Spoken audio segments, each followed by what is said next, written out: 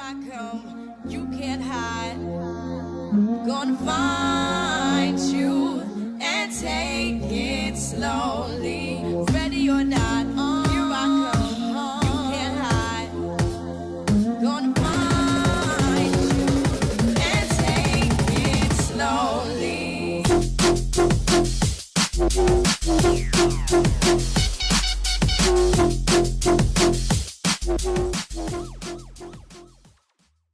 My name is DJ Lurker. My actual name is Johan Jacobson. I'm 18, turning 19 in March, and I've been DJing for just over a year now. It started out with me like skateboarding, and I kept getting injured, and then one of my friends was a mixer, and I just wanted to buy some decks, and I taught myself to mix, and I just loved it, and it was just so much fun. And I started recording my mixes and putting them on SoundCloud and on Facebook and stuff like that. Eventually I did my first set at a squat rave. It's quite far away, but it was sick, man. Cool. It was so good. There was like 1,800 people there. After that I just continued mixing, continued doing it, and then I entered a competition that a organisation called Next Hype set up. I won it, and I won a chance to play at their event, and me and one other person got put on main stage, and I was so happy. I was over the moon. I was so gassed. I'd always wanted to go to a rave, but like I never really knew anyone or how to like go to one, because they're very hard to like find out where they are and shit unless you know the people that hold them. So my mate Luke had been going raving for a while, so he was like, fuck it, do you wanna come? I was like, yeah.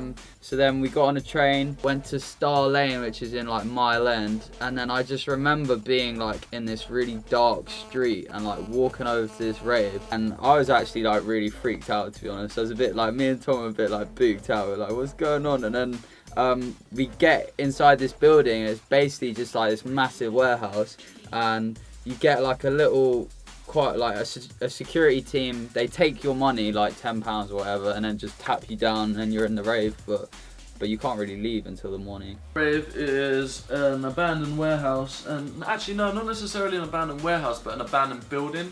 Someone will, so for example, an organizer will find, and maybe not even the organizer, sometimes an organizer will buy a building off someone who squats a building, because a lot of people squat buildings that are empty to live in, because that's just how they are. And they sell it on, and then the organizer will buy the building, and they will get the rig in on the night.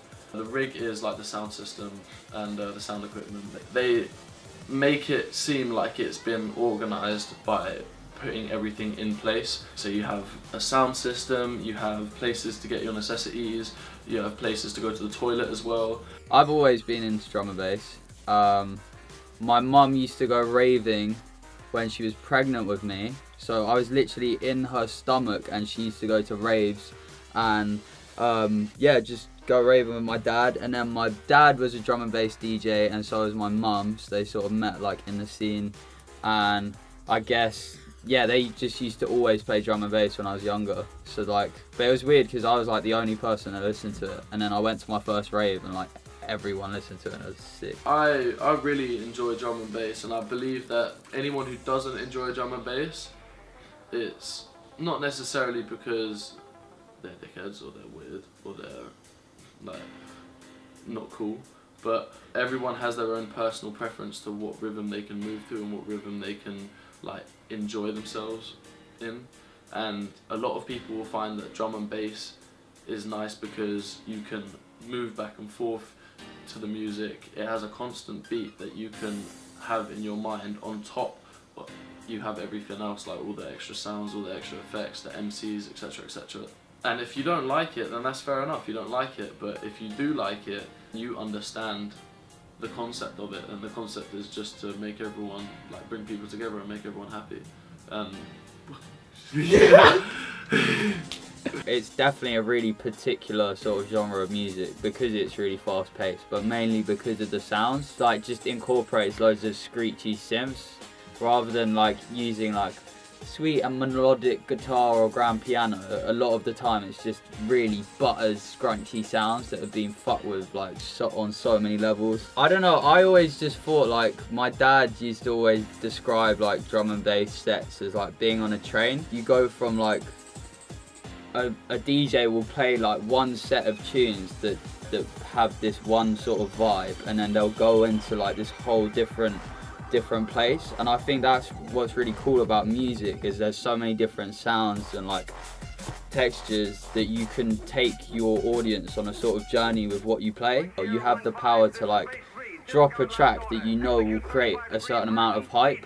And I think like it's just a sick feeling when you have people listening to either your tunes or just tunes that you're mixing, because you can mix tunes in like ways that other people have never thought of mixing before. It's sick to obviously just like have control of a party like that just like, and having the energy of the people in the room. That's sick. I'm Melanesh and this is my mix. Hope you enjoy it.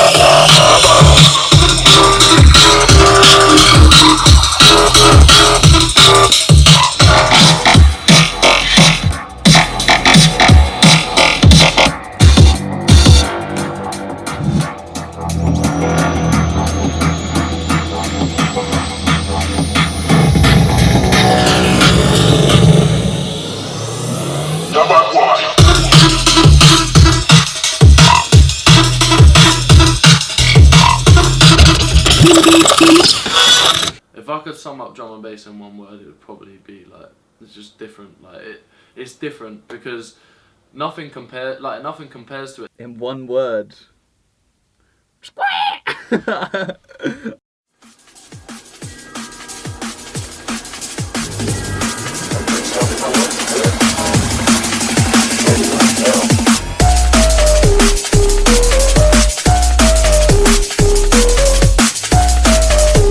Shouts to Richie over there in Portland, Oregon, United States.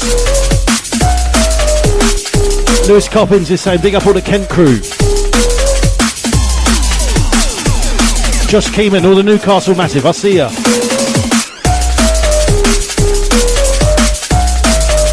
Into this one. This one's called Against the Grain.